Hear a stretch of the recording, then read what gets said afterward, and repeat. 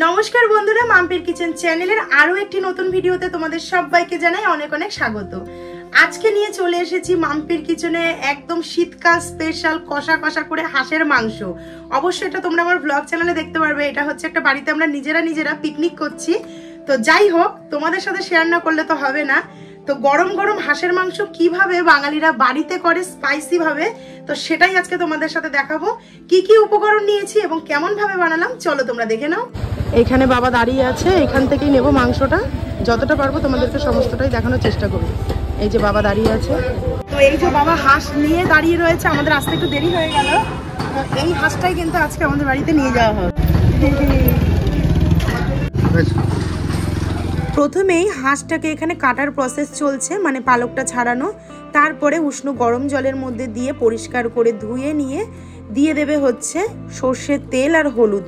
খুব ভালো করে সেটাকে মাখিয়ে নিয়ে এবার গ্যাসের ওভেনের আঁচটাকে বাড়িয়ে মুখটাকে পুড়িয়ে দেবে। এই প্রথম আমি সামনে থেকে হাঁস কাটার প্রসেস দেখলাম।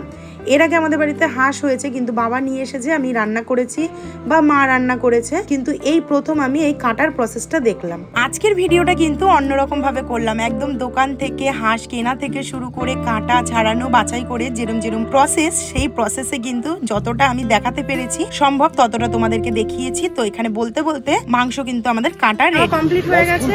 এবার বাজার থেকে কিছু নেওয়ার আছে, সেগুলো নিয়ে একেবারে বাড়িতে গিয়ে তারপরে দেখা হচ্ছে।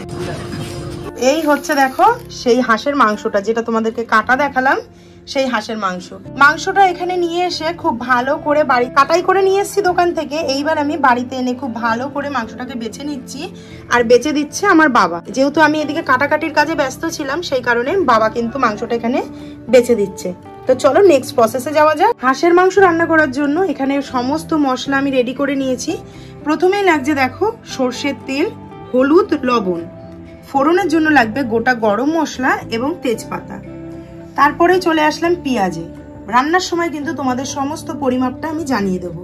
এখানে নিয়ে নিয়েছি পেঁয়াজ কুচি, এখানে আছে মটরশুঁটি, আর লাগছে এখানে 1 ইঞ্চি আদার কুচি, রসুন, এখানে নিয়েছি আলু, একদম নতুন আলু নিয়েছি শীতের।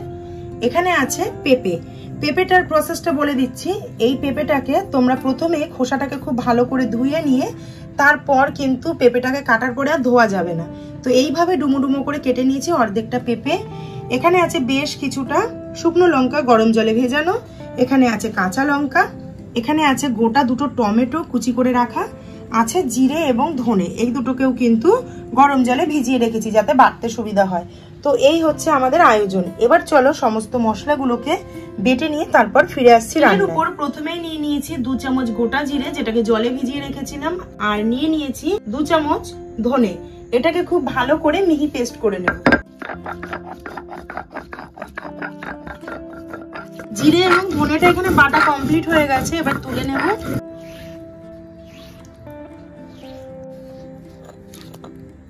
এরপর বেটে নেব কাঁচা লঙ্কা এবং শুকনো লঙ্কা। যেহেতু হাঁসের মাংস একটু ঝাল ঝাল খেতেই কিন্তু বেশি পছন্দ করি, সেই কারণে। আর তোমরা তোমাদের স্বাদ অনুযায়ী এই লঙ্কা বাটা দিতে পারো। কে কতটা ঝাল পছন্দ করো সেই ওয়াইজ কিন্তু তোমরা ঝালটা অবশ্যই দেবে। কাঁচা লঙ্কা এবং শুকনো লঙ্কা দুটোই এখানে বাটা কমপ্লিট হয়ে গেছে, এটাকেও তুলে নেব। মশলাগুলো এখানে আমি একই জায়গায় রাখছি, যেহেতু মাংসটা ম্যারিনেট করে তারপর বসাবো, সেই কারণে। তো তুলে নিলাম লঙ্কা বাটাটাও। এরপর নিয়ে নিলাম কুচানো আদা, দিয়ে দিলাম রসুন।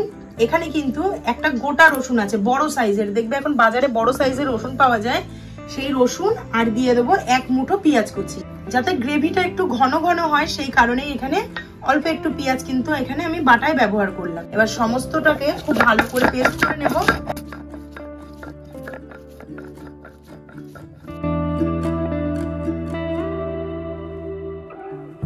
আদা, রসুন, পেঁয়াজ সমস্ত এখানে খুব মিহি করে পেস্ট করে নিয়েছি, সেটাকেও এবার তুলে নেব। সমস্ত মাংসটা এখানে পরিষ্কার করে ধুয়ে নিয়ে চলে এসেছি। এবার চলো ম্যারিনেট করে ফেলি। এখানে একটা গামলা নিয়েছি, তার মধ্যে প্রথমেই দিয়ে দিলাম হাঁসের ছাড়িয়ে নেওয়া মাংসটা। সমস্ত বেটে নেওয়া আদা, রসুন, পেঁয়াজ, কাঁচা লঙ্কা, শুকনো লঙ্কা এবং জিরে ধনে বাটা দিয়ে দেব। এরপর দিয়ে দেবো বেশ কিছুটা সর্ষের তেল।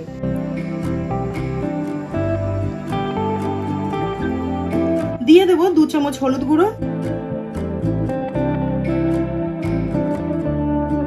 দিয়ে দেবো 2 চামচ লবণ, লবণটা যে যার স্বাদ অনুযায়ী দেবে, আর দিয়ে দেবো কেটে রাখা টমেটো। সমস্ত দিয়ে একসাথে ভীষণ ভালোভাবে ম্যারিনেট করে নেব।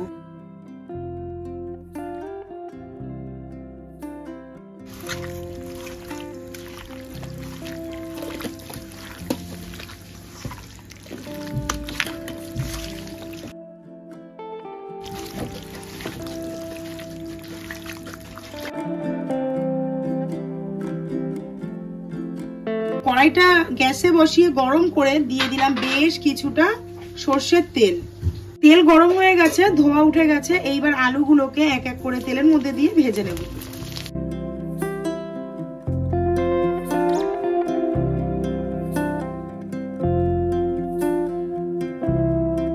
দিয়ে দেবো 1/2 চামচ হলুদ গুঁড়ো, আর দিয়ে দিলাম 1/2 চামচ লবণ, দিয়ে আলুটাকে লাল লাল করে ভেজে তুলে নেব।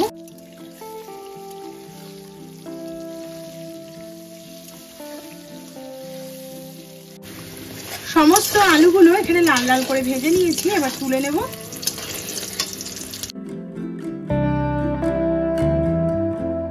আলু ভেজে তুলে নেওয়ার পর যেটুকু অবশিষ্ট তেল থাকবে সেই তেলে তেজপাতা এবং গোটা গরম মশলা দিয়ে দেবো ফোড়নে।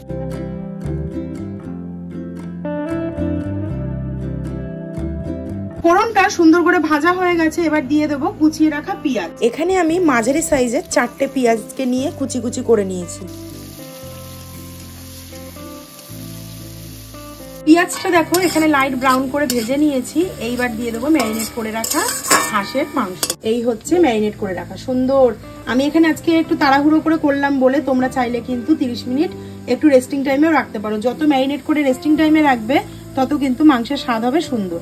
তো এইবার মাংসটা দিয়ে দিলাম আমি একদম ম্যারিনেট করা হাঁসের মাংস পেঁয়াজ ভাজার মধ্যে। এবার কষে নেব। এই সময় কিন্তু গ্যাসের ফ্লেমটা থাকবে হাই। খুব ভালো করে কষে নিতে হবে প্রথম 10 মিনিট।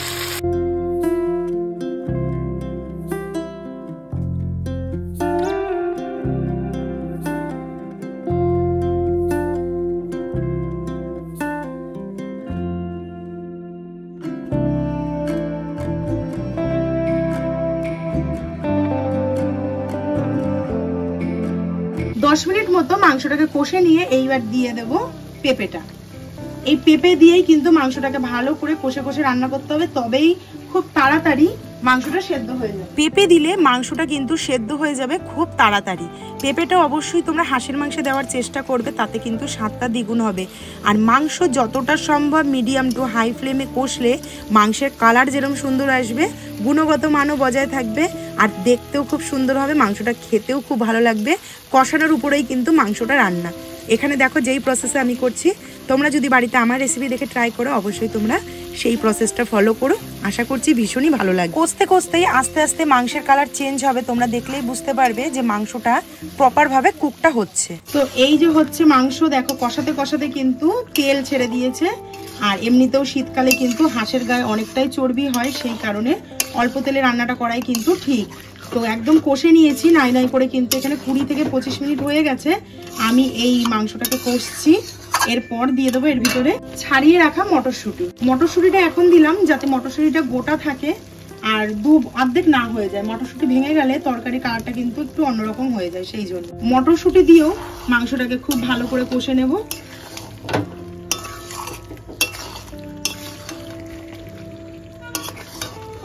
আর বেশি না, আর 10 থেকে 15 মিনিট কষে নিয়ে, যেহেতু হাঁসের মাংসটা একটু শক্ত টাইপের হয় সেই কারণে আর 10 থেকে 15 মিনিট কষে নিয়ে তারপরে কিন্তু প্রেসারে দিয়ে দেবো। কারণ ভেবেছিলাম যে একটু তাড়াতাড়ি করে করব আর গ্যাসেই করব পুরোটা, কিন্তু হলো না। প্রত্যেকের খিদে পেয়ে গেছে, আর মাংস হলে বাড়িতে তো একটু বেশি তাড়াতাড়ি খিদে পায় সবার, এত জানা কথা। তো সেই কারণে মাংসটা দিয়ে দেবো প্রেসারে। কালারটা দেখেছো জাস্ট অসাধারণ এসছে কিন্তু কালার। কষে কষে মশলা একদম শুকিয়ে ফেলেছি, তোমরা লক্ষ্য করলে বুঝতে পারবে। এই পর্যায়ে দিয়ে দেবো এই মাংসের মধ্যে ভেজে রাখা আলু। ভেজে রাখা আলু দিয়ে মাংসটা কষলে মাংসের জুসটা কিন্তু অনেকটা পরিমাণে আলুর ভিতরে ঢুকে যায়। রান্নার পরে আলুর স্বাদটা কিন্তু হয় দুর্দান্ত। সেই কারণেই আমি এখানে আলুটা দিয়েও কিন্তু আরো বেশ কিছুক্ষণ মাংসটাকে কষে নেব। পুরো হাঁসের মাংসটা আমি পুরো প্রায় 1 ঘন্টা ধরে কষে কষে নিয়েছি। কালারটা তো দেখেই বুঝতে পারছো যে কি অসাধারণ এসেছে। তো চলো এইবার প্রেসার কুকারে দিয়ে খুব ভালো করে মাংসটাকে সিটি মেরে নেব 3 থেকে 4টে। তাহলেই কিন্তু রেডি হয়ে যাবে একদম মজাদার হাঁসের মাংসের কষা রেসিপি। এখানে নিয়ে নিয়েছি প্রেসার কুকার, এবার মাংসটা ঢেলে দেবো প্রেসার কুকারের মধ্যে।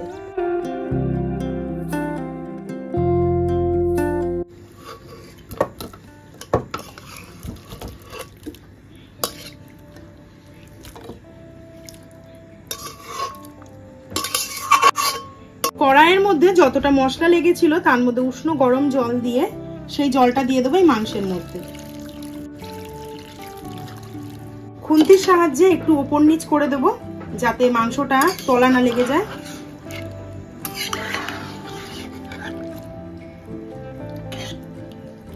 জল এবং মাংস উলটপালট করে মেশানো আমার কমপ্লিট। এবার প্রেসারের ঢাকনা আটকে একটু 4টে সিটি মেরে নেব। এবার চলে এলাম ওভেনের সামনে, ইন্ডাকশনের উপর। এবার প্রেসার কুকারটা বসিয়ে দেব, দিয়ে টেম্পারেচার সেট করব 4 দেব। টেম্পারেচার এখানে 120-তে মানে 1000 দিয়ে এখানে সিটি দিয়ে নেব 4টে। তো সিটি দিয়ে তারপর আবার ফিরে আসি।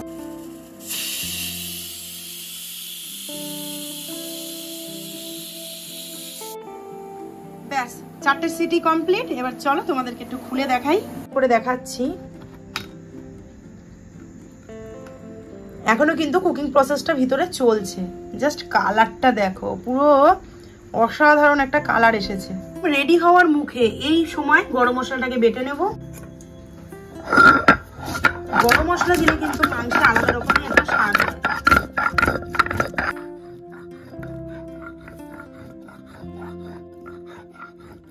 গরম মশলাটাকেও এখানে কিন্তু বাটা কমপ্লিট হয়ে গেছে একদম মিহি করে। এবার বাটিতে তুলে মাংসের মধ্যে দিয়ে দিলে রেডি হয়ে গেল গরম গরম কষা কষা হাঁসের মাংস।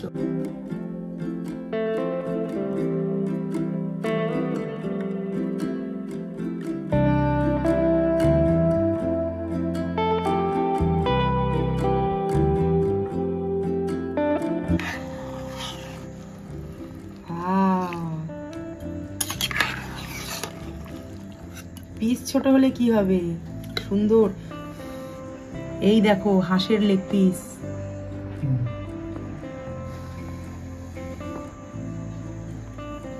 এর নাম হাঁসের লেগ পিস।